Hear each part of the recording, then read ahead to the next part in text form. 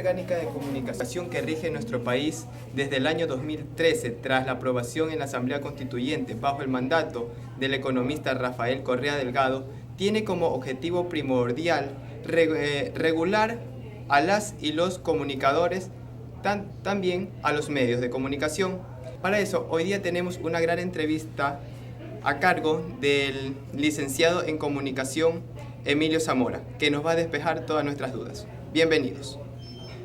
Emilio Zamora, un gusto de compartir esta entrevista con usted para que nos pueda despejar las dudas acerca de este gran tema de la Ley Orgánica de Comunicación. Como primera pregunta, yo le diría, ¿cree usted que fue de gran beneficio que se apruebe esta ley para el Ecuador? Víctor Tigre, ¿no? Bueno, Sí. Gracias por el tiempo y también por la pregunta. Yo creo que ayuda bastante a los comunicadores, sobre todo a quienes están del lado de la cancha en donde antes simplemente pasaban el anonimato, ¿no? Como por ejemplo los periodistas que de una u otra manera no tienen ningún título, que son los que llamamos los periodistas comunitarios. Entonces yo creo que se está abriendo un espectro bastante interesante, bastante importante para que todos puedan comunicar, todos puedan informar, que es lo que necesitamos, ¿no? Es la base de la democracia para el país. Creo que es muy importante que se haya dado, por ejemplo, en ese sentido, esta cancha, esta apertura para los comunicadores, para los periodistas, que, como te digo, no están del otro lado, donde antes simplemente no se les prestaba la atención debida. Listo, licenciado. Sabiendo sobre la libertad de expresión que tanto se habla en nuestro país y que está dictada en la Declaración de los Derechos Humanos en el año de 1948 y que está específicamente en el artículo número 17, ¿cree usted que a algunos medios de comunicación se les hace difícil ejercer este derecho fundamental? Bueno, yo creo que en este momento el Ecuador está viviendo una época bastante importante, ¿no? Yo creo que existe la libertad de expresión, tenemos medios privados, conocemos que hay medios privados, hablamos de Coavisa, Teleamazonas, medios que dan su postura, dan su criterio, y también tenemos de la otra orilla los medios públicos, los medios incautados, como por ejemplo que es Gama TV. Yo creo que existe una convergencia importante en cuanto a los mensajes que actualmente se están difundiendo de una orilla y de la otra orilla. Para mí existe la libertad de expresión, para mí sí existe porque tanto medios privados como medios gobiernistas tienen la oportunidad de informar y de mostrar esa postura, que es la postura de cada medio, ¿no? A través de la línea editorial.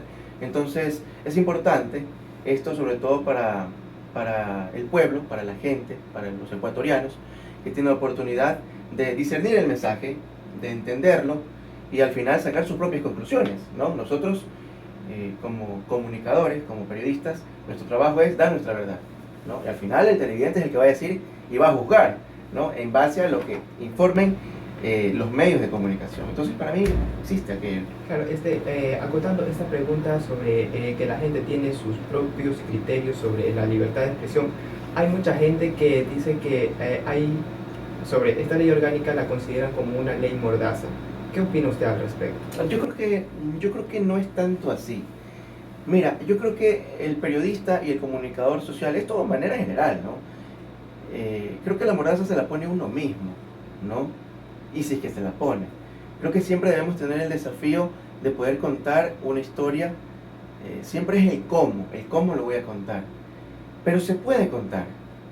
Creo que siempre se va a poder contar una historia. Siempre debemos tener mucha atención al hecho de cómo lo vamos a hacer. Cómo vamos a pintar en esta ocasión el cuadro. Cómo vamos a mostrar la verdad, ¿no? Entonces, no existe en ese sentido. Creo que es un desafío bastante importante de nosotros, de cómo vamos a contar la historia, ¿no? Básicamente eso. Sobre el artículo 40 que habla sobre el derecho a reservar la fuente, especifica que la información que se difunda carecerá de todo valor jurídico si esta fuente haya sido obtenida de una forma ilegal o por la fuerza. Entonces viene mi pregunta, ¿qué tan importante es para los periodistas el reservar la fuente? ¿Qué tan importante es para el periodista reservar la fuente en donde obtuvo su información? Bueno, para nosotros es vital, ¿no? Porque si imagínate que nosotros, nuestra fuente nos diga datos reveladores de alguna denuncia, el hecho de cuidarla y reservarla es vital para la misma fuente, para tu propio trabajo, para tu permanencia en la empresa, para tu trabajo como periodista. Entonces, respondiendo a lo que tú me estás preguntando, ¿qué tan importante es? El 100%, ¿no? Creo que es muy importante mantener en reserva lo que es la fuente, porque prácticamente gracias a estas personas nos proveen datos. Entonces, es vital. ¿Qué tan importante? Para mí es sumamente importante, relevante. Sin las fuentes que nos proveen los datos, muchas veces reveladores, nosotros no somos nada, pues, ¿no? No seríamos nada ni nadie sin tener aquello, ¿no? Claro. Licenciado, continuando con este tema, en nuestro país aconteció un hecho de bastante trascendencia, como fue el 30S, en donde se calificó sobre un intento de golpe de Estado.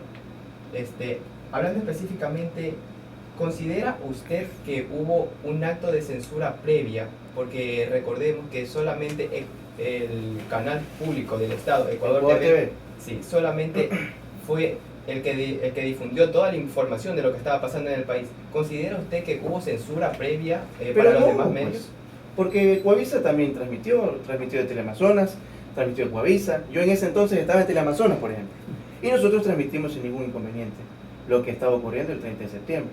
Lo transmitió también en Coavisa. Y bueno, una vez más salieron las verdades del lado de la prensa privada como de la prensa pública.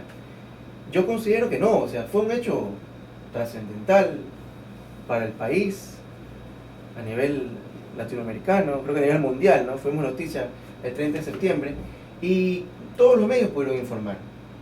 Todos los medios, por lo menos, como te digo, yo en ese momento estaba trabajando en Teleamazonas y transmitimos con absoluta normalidad en Quito, en Guayaquil.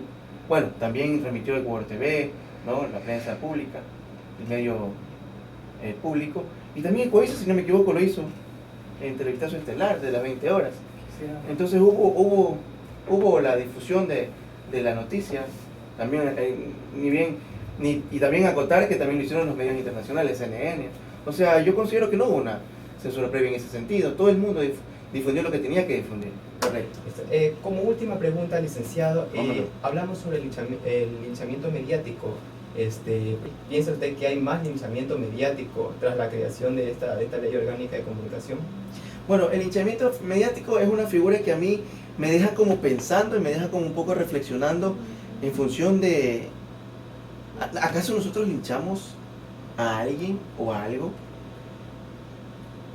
Eso todavía yo lo sigo reflexionando, por ejemplo, porque vamos a hablar, por ejemplo, del caso Sharon. No sé, se me ocurre ahorita, hablando un poco, si los medios no hubieran linchado mediáticamente a la familia de Sharon, la verdad no hubiera salido a la luz pública.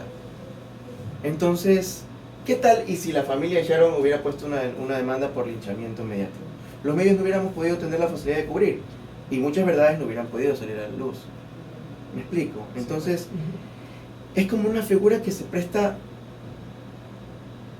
para...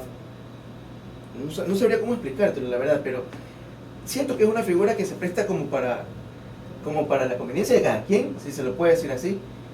Mira, las familiares de Sharon en su momento nunca demandaron en ese sentido, nunca hicieron ningún tipo, no denunciaron el linchamiento mediático, y en buena hora porque salieron muchas cosas a la luz pública. Entonces yo siento que es un artículo o es una parte del cuerpo legal que se puede prestar un poco para tal vez limitarte un poquito en informar, me parece a mí, ¿no? Hasta el momento no me he topado con algún caso en donde, ¿sabes qué? En Gama TV por linchamiento mediático así es algo cocinado, no pueden hacer esto aquí o aquí más allá, pero en buena hora todavía no ha ocurrido eso, ¿no? Pero en el caso de Sharon, que es el caso que recorrimos e investigamos el año pasado, por ejemplo, imagínate, nosotros descubrimos que el carro no había atropellado a Sharon, sino había atropellado a otra persona, que eran los dos motorizados, ¿no? Entonces, en resumidas cuentas, creo que es un artículo que se puede prestar para hacer bien no o el mal. No quiero hablar de etiquetas porque no creo que somos alguien como para tenemos esa apertura para calificar, para criticar y todo. Pero sí creo que hay que tomarle mucha atención en cuanto a esta figura un poco, ¿no? Básicamente eso ahí. Claro, usted ya me respondió una pregunta que ¿Cuál? la quería hacer sobre si en algún momento usted sufrió de linchamiento mediático estando en un medio de comunicación. No, para nada. No, No, en lo absoluto. Obtuvo su trabajo sin ningún problema al que un medio difunda bajo su nombre para transgredirlo o para dejar mal su figura pública Como reportero. como reportero. No, hasta el momento no he tenido ningún tipo de problema. O sea, cuando yo me siento a escribir, a hacer una nota, siempre pienso en el lado humano de la persona.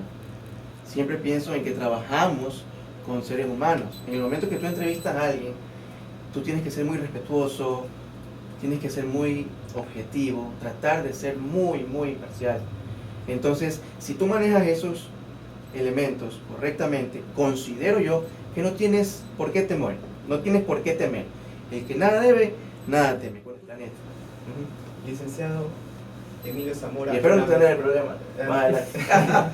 Claro. Licenciado Emilio Zamora, una vez más un gusto haber compartido esta maravillosa entrevista y haber podido despejar nuestras dudas. Le quedo muy agradecido de parte de lo que integramos el curso 4A1 de la Universidad de Guayaquil, Facultad de Comunicación Social. Será hasta una próxima ocasión. Usted es de la mañana. Sí, Yo fui del 4C4, de la Facultad de Comunicación Social de la Universidad de Guayaquil. Perfecto. Honrado de la fax. Honrado, de verdad. honrado de la fax. Sí. Muchísimas gracias. Gracias a usted. Gracias.